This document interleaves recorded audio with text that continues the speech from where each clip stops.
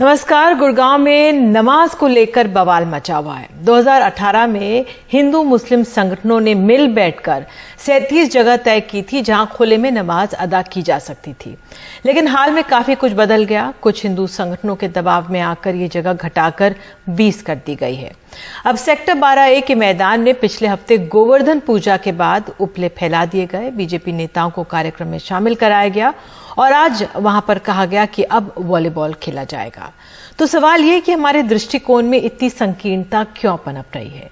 हिंदू धर्म सदियों पुराना है, अनेकों शासक आए गए, लेकिन ये अपने आप में संपूर्ण परिपूर्ण रहा।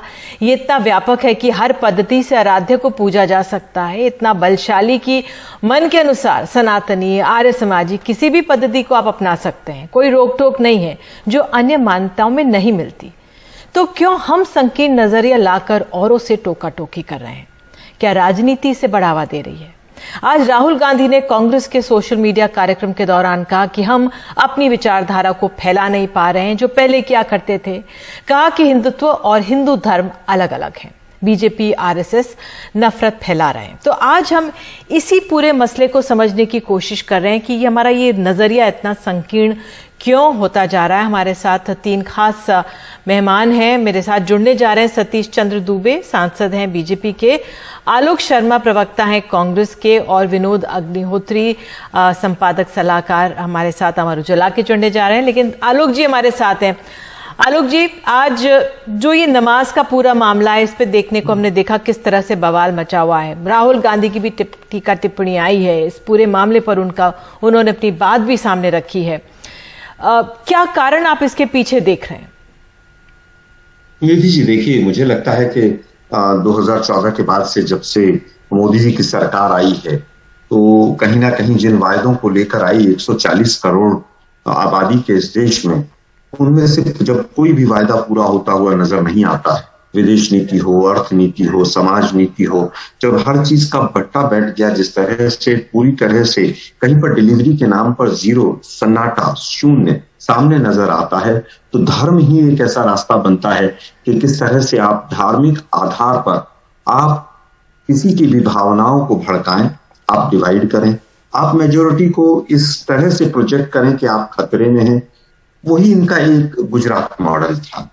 जिस राज्य में चुनाव होता है, वहां के राज्य के हिंदू हमारे भाई बहन जो है वो खतरे में आ जाते हैं, चुनाव खत्म हो जाता है, उसके बाद सब वो पूरी तरह से सुरक्षित हो जाते हैं। धर्म सबसे आसान रास्ता है। 140 करोड़ की आबादी में आपको डिलीवर करना होगा, और डिलीवर आप नहीं करेंगे तो यही एक रास्ता बनता है। तो आप ये कह रहे हैं कि बीजेपी डिलीवर नहीं कर पा रही है, इसलिए धर्म के रास्ते को अपना रही है। मैं इंतजार करूंगी कि सतीश चंद्र दुबे भी हमारे साथ जुड़े, तो हम उनसे उनकी राय लेंगे। लेकिन विनोद जी हमारे साथ जुड़ गए हैं, वरिष्ठ पत्रकार। विनोद जी, जो ये गुड़गांव में नमाज का मामला है और तमाम बयानात भी इसको लेकर जो राजनीतिक दलों के धर्म को लेकर आ रहे हैं, आप कारण क्या देख रहे हैं? ये अभी तो हरियाणा में वहां पे चुनाव भी नहीं है, तो क्या कारण है? क्या एक मैसेजिंग है ये, इसको इस तरह से देखा जाए? आप कैसे देखेंगे स्थिति को? देखिए, जब भी चुनाव को जाता है किसी भी विधानसभा का, तो कुछ न कुछ ऐसी घटना हो जाती है जिससे हिंदू मुस्लिम ध्रुवीकरण होने की संभावना होती है। आप देखिए, बिहार का चुनाव था, कांड जो है वो दादरी में हुआ, 1 लाख वाला, और उसको लेके किस तरह से गाय को जो है चुनाव के बीच में लाया गया। अब हरियाणा में गुड़गांव में नमाज का विवाद शुरू हुआ। चुनाव पंजाब में है, चुनाव उत्तर प्रदेश में है, चुनाव उत्तराखंड में है, और चुनाव गोवा मणिपुर में। खैर, गोवा मणिपुर में शायद इसका इतना असर न पड़े, लेकिन उत्तर प्रदेश उत्तराखंड में तो इसका असर पड़ सकता है ध्रुवीकरण का। तो कहीं ना कहीं जो है ये अब नमाज कहाँ पढ़ी जा रही है, जहां नमाज अगर बरसों से उस स्थान पर नमाज पढ़ी जा रही है, तो आज अगर पढ़ी जाएगी तो कौन सी आफत हो जाएगी। अब वहां आरती करने लगी, वहां जो है गोवर्धन पूजा करने लगी। इसका मतलब कहीं ना कहीं ये प्रयास है कि किसी तरह से ध्रुवीकरण हो। अब देखिए, मैं एक दिलचस्प बात कहूंगा। अयोध्या विवाद के मामले में आप याद कीजिए, सुप्रीम कोर्ट ने एक फैसला दिया था कि मस्जिद जो है वो इस्लाम का एसेंशियल हिस्सा नहीं है, यानी नमाज कहीं भी पढ़ी जा सकती है, कोई जरूरी नहीं कि मस्जिद में ही पढ़ी जाए। यही उसका आशय तो यही था। अब अगर लोग वहां नमाज पढ़ रहे हैं तो वहां एडमिनिस्ट्रेशन रोक देगा, लोग रोक देंगे, तो फिर नमाज कहां पढ़ें? तो उसके लिए मस्जिद चाहिए, फिर तो मस्जिद एसेंशियल हिस्सा हो जाएगा। तो ये कंट्राडिक्टरी चीजें जो है हो रही हैं। फिर आप लोग कहेंगे घर में पढ़ें, अरे भाई ये नमाज पहले भी पढ़ी जाती थी, नमाज अब भी पढ़ी जाती है, तो इसमें कौन सी ऐसी आफत आ गई। लेकिन चूंकि राजनीतिक उसको लेकर के उत्तर प्रदेश को खास करके ध्यान में रखिए कि पूरा चुनाव जो है हिंदू मुस्लिम ध्रुवीकरण के आधार पर लड़े जाने की कोशिश हो रही है। बिल्कुल। सतीश चंद्र दुबे, विनोद जी मैं आपको रोकूंगी, वो हमारे साथ जुड़ गए हैं। दुबे जी, आप किस तरह से देख रहे हैं, क्योंकि जिस तरह से मैंने शुरुआत में कहा कि हमारा धर्म इतना संपूर्ण परिपूर्ण है, वहां पर किसी तरह की रोक टोक नहीं है। अगर कोई अन्य धर्म के लोग अपनी पूजा पद्धति करना चाहते हैं तो इसमें इतने टोका टोकी क्यों, इतनी समस्या क्यों? अपनी गोवर्धन पूजा कीजिए, आप करिए, आप अपना फुटबॉल खेलना है कीजिए, लेकिन दूसरों को भी नमाज अदा करने दीजिए। ये इस तरह के कारण क्या देख रहे हैं आप इस रुख के पीछे गुड़गांव में? देखिए, सबसे बड़ा बात है कि कांग्रेस हमेशा तुष्टीकरण की राजनीति की है और थोपने के काम बीजेपी पर करती है। मैं पूछता हूं कि कहां हम बीजेपी की जिस प्रदेश में सरकार है, कहां हम लोग मुस्लिमों को उजाड़ के फेंक रहे हैं? मुस्लिम को भी तो सम्मान अधिकार दे रहे हैं, विकास से कहीं वंचित नहीं रखे हैं, सम्मान देने का काम करते हैं, क्योंकि भारत के निवासी वो भी मूल हैं। ऐसा नहीं है कि हम लोग के मन में मनसा में कोई किसी प्रकार की दिक्कत है, लेकिन कांग्रेस के पास कोई राजनीति करने का मुद्दा नहीं बचा है, तो केवल अब तुष्टीकरण की राजनीति और हिंदुत्व पर चोट करके राजनीति करना चाहती है, जो भारत के कल्चर में अब कभी लोग एक्सेप्ट करने की तैयारी में नहीं है।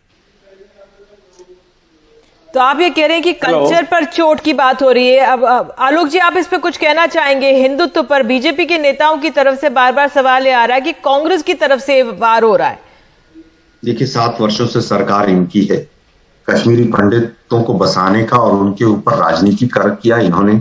सरकार आई तो कश्मीरी पंडित रैली से बाहर हो गए और बीजेपी के तमाम नेता जो हैं उनके से ले गए। आप देखिए किस तरह से, आज ही मैं देख रहा था उत्तराखंड बीजेपी का एडवर्टीजमेंट चल रहा है।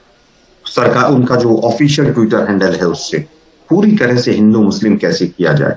दूसरा एग्जांपल देता हूं, हरियाणा और महाराष्ट्र का चुनाव था पिछले साल, जब इसके बाद लोकसभा के बाद, उससे 1 महीना पहले निधि जी पूरा मीडिया हाउस तमाम जगह पर भारत पाकिस्तान हिंदू मुस्लिम केवल ये 2 टीवी शोज चले। कौन चलवा रहा था? बीजेपी चलवा रही थी। भारत पाकिस्तान के ऊपर पूरी तरह से डिबेट्स, 2-2 घंटे के प्रोग्राम, इमरान खान में वहां 500 रुपए किलो टमाटर। आप भी पाकिस्तान का जिक्र लेकर आ गए आलोक जी। मुझे कहा जा रहा है कि कू का सवाल ले लूं, लेकिन मेरे पास एक सवाल है दुबे जी के लिए। पहले कू का सवाल जो हम लोग लेते हैं, धर्म के नाम पर राजनीति क्यों, और इसी पर हम आपको बता दें हमारे एक दर्शक की प्रतिक्रिया भी आई है। उनका क्या कहना है इस पर? उनका ये कहना है इस सवाल पर, दर्शक धीरज कुमार शुक्ला का उनकी तरफ से उन्होंने लिखा है। उनका ये कहना है कि अपनी प्रतिक्रिया देते हुए कि जब कोई मुद्दा ना हो तो धर्म को मुद्दा बना लो, यही राजनीति है। तो वाकई में ये बहुत दुखद स्थिति है कि जब अब लोग भी ये समझने लगे हैं कि जब कुछ मुद्दा ना हो तो धर्म को राजनीति बना लो, धर्म को सामने लाकर बात सामने रख दो और इसी पर राजनीति शुरू हो जाती है। दुबे जी, सवाल ये था कि जो ये हो रहा है, जिस तरह से विनोद जी भी यही कह रहे थे, क्योंकि अब आपके पास चुनाव है, उत्तर प्रदेश में चुनाव है, तो यहां पर यह मुद्दा बनाया जा रहा है, किसी तरह ध्रुवीकरण हो जाए। चुनावों के मद्देनजर इस मसले को इतना उछाला जा रहा है, नहीं तो कभी हमने नहीं सुना कि इस तरह की स्थितियां होती यहां पर। आलोक जी, अभी आपको बताए हैं जम्मू कश्मीर की समस्या, तो तुष्टीकरण की राजनीति वहां कौन किया था? कांग्रेस ने किया था। एक देश में 2 संविधान कौन लगाया था? कांग्रेस ने लगाया था। और मेरे पास तो बहुत सा मुद्दा है जिसके साथ हम चुनाव लड़ते हैं। विकास मेरा सबसे बड़ा मुद्दा है। हमने जो वादा किया था उसको पूरा करने का प्रयास किया। मेरे सामने तो बहुत सा साथ हम लोग के मुद्दा है, लेकिन कांग्रेस तो लगातार देश में शासन की, इसके सामने तो कोई मुद्दा ही नहीं है। केवल जाति धर्म की मुद्दा तो कांग्रेस को लोग उठा के और उस पर राजनीति कर रहा है। हम बीजेपी की तरफ से कोई अब जाति धर्म मजहब का राजनीति हम लोग थोड़े करते हैं। भारत को एक सूत्र में बांधने का भाजपा प्रयास करती है और प्रयास कर रही है, उसी की बदौलत सरकार भी चला रही है, विकास के साथ, न्याय के साथ। आलोक जी, आप भले बीजेपी पे सवाल उठा लें, लेकिन राहुल गांधी ने आज अपने जो वार्ता थी, कार्यक्रम में कहा कि हम लोग पहले किया करते थे लेकिन अपनी विचारधारा को हम लोग आगे नहीं बढ़ा पाए। तो ये किसकी कमजोरी है कि विचारधारा को आप लोग आगे नहीं बढ़ा पाए? अगर आपको मुकाबला भी करना है, अपनी विचारधारा को आप इतनी मान्यता देते हैं, तो क्यों नहीं उसे बढ़ा पाए? देखिए, कहीं ना कहीं इसमें कमी रही है। मैं इसको सहर्ष स्वीकार करता हूं कि उन्होंने जो बोला है बिल्कुल सच बोला है कि कांग्रेस की जो आइडियोलॉजी थी, जो बेसिक्स थे हमारी पार्टी के और हमारे लिए देश और राष्ट्र प्रेम के, वो तमाम चीजें कहीं ना कहीं उसमें कमी आई है कि जो नया कैडर आया है उसको हम उस ट्रैक पर नहीं ले पाए। लेकिन मैं बीजेपी के साथी से पूछना चाहता हूं, आप क्या चीन के नाम पर वोट मांगेंगे? क्या आप नोटबंदी के नाम पर वोट मांगेंगे? क्या आप जो इलाहाबाद में कोरोना की जो हालत थी, किलोमीटर जिस तरह से शमशान और कब्रिस्तान बन गया, उसके नाम पर वोट मांगेंगे? 10 लाख किसान देश की राजधानी पे बैठा है, उसके नाम पर वोट मांगेंगे आप? तो आलोक जी, आपका ये कहना है कि इसको डाइवर्ट किया जा रहा है बीजेपी की तरफ से, इस मुद्दे को उस तरफ से ध्यान ना जाए।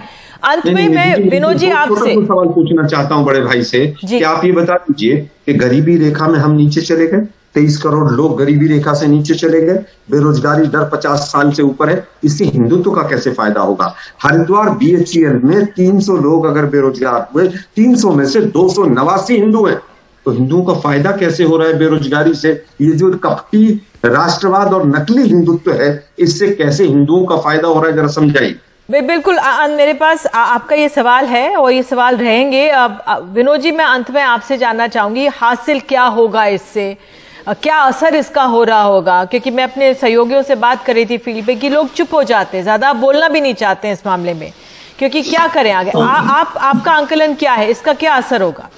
देखिए, इसका असर जो है, राजनीति तो अपने हिसाब से चलती रहेगी। हो सकता है ध्रुवीकरण का कुछ फायदा बीजेपी को मिल जाए, कुछ फायदा कहीं कांग्रेस को मिल जाए, लेकिन समाज में जो है विघटन और बिखराव बढ़ता जा रहा है, लोगों के बीच में दूरियां बढ़ती जा रही हैं इस तरह की राजनीति से।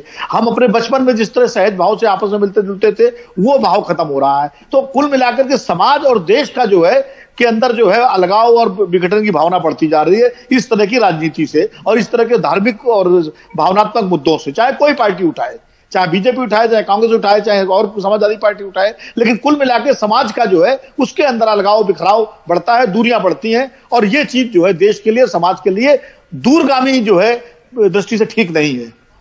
बिल्कुल, बहुत बहुत धन्यवाद इस तमाम बातों के लिए। हमें वाकई में देखना समझना होगा कि हमारे धर्म का कहीं दुरुपयोग ना हो रहा हो, नेता अपने फायदे के लिए इसका प्रयोग ना कर रहे हो, क्योंकि ये आपका अपना निजी मामला है और किसी के दूसरे के धर्म को ठेस ना पहुंचे। बहरहाल एक छोटा सा ब्रेक के बाद लौटेंगे, बने रहिए हमारे साथ।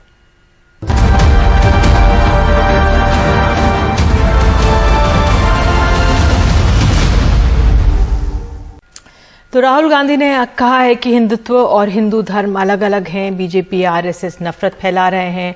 आरएसएस और बीजेपी की विचारधारा कांग्रेस की विचारधारा पर हावी हो गई है और स्वीकारना पड़ेगा कि हमारी प्यार वाली विचारधारा ढह गई है। आज के हिंदुस्तान में बीजेपी आरएसएस ने नफरत फैला दिया है और कांग्रेस की विचारधारा जो जोड़ने की, भाईचारे की, प्यार की विचारधारा है, उसको बीजेपी की नफरत भरी विचारधारा ने ओवरशैडो कर दिया है। मतलब उनके हाथ में लाउडस्पीकर है, उनके हाथ में एम्पलीफायर है, उनके हाथ में मशीनरी है। हम कहते हैं कि हिंदू धर्म में और हिंदुत्व में फर्क है, क्योंकि अगर फर्क नहीं होता तो नाम एक ही होता।